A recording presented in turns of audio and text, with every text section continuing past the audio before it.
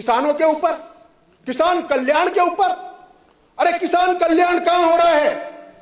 मध्य प्रदेश के अंदर हर तहसील के अंदर 50 से 100 लोग किसान अपनी रजिस्ट्री करवा रहे हैं, अपनी जमीन को बेच रहे हैं।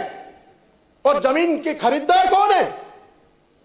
बड़े बड़े उद्योगपति, बड़े बड़े अफसर, पैसे वाले। किसानों का फ्रंट गायब हो चुका है, वो बिक चुका है। और जमीनों के भाव कितने? 35 लाख रुपए, 40 लाख रुपए बीघा। और किसान को इधर आप बोलते हैं कि हम 2700 में गेहूं तोल लेंगे, वो भी तोलते नहीं आप। सोयाबीन आपकी 5328 में ले लेंगे, वो भी आप लेते नहीं। और एक नई आप बात लेके आ गए, भावांतर। अरे आपकी जवाबदारी है, नीति है कि अगर रेट बहुत आगे पीछे हो तो ये एमएसपी की नीति है, मूल्य नीति आयोग ये निर्देश देते हैं, ये बात लिखते हैं, मैंने पढ़ा है कि सरकार की जवाबदारी होती है ऐसी स्थिति में कि वो सरकारी एजेंसियों से भावांतर नहीं, मॉडल रेट नहीं, जो भी मिनिमम सपोर्ट प्राइस है उसमें सरकार की जवाबदारी बनती है कि वो ये फसल उस 5328 रुपए में तोले।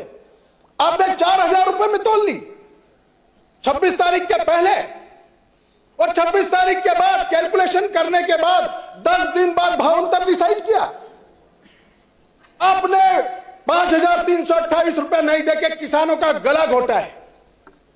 और आप कहते कि किसान, मेरे क्षेत्र में, मेरे महतपुर में 4 किसानों ने आत्महत्या करी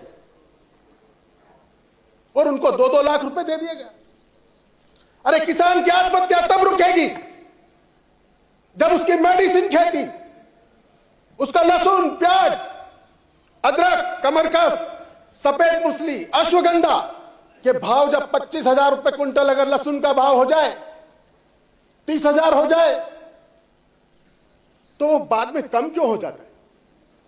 1 साल होता है, फिर 3 साल उनको बहुत कम 5,000, 4,000 में आ जाता है। क्या मध्य प्रदेश की सरकार और केंद्र की सरकार 29 में से 29 सीटें लेकर आप वहां पर बैठे हैं और यहां पर भी 3/3 बहुमत लेकर बैठे हैं?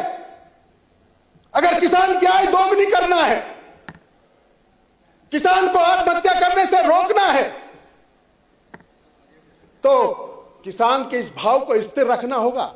अरे 5,000 और 6,000 भी आप सोयाबीन का भाव दे देंगे तो कुछ नहीं होना है, उसकी जमीन बिकना ही है।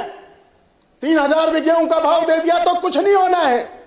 अगर किसान को आत्महत्या से बचाना है तो उनको, आपको उनके जो मेडिसिन खेती, जो लहसुन, प्याज, अदरक, इनके भाव को स्थिर रखना होगा 20 से 25,000 रुपए में, ताकि वो जमीन खरीद सके, जमीन बेचे नहीं।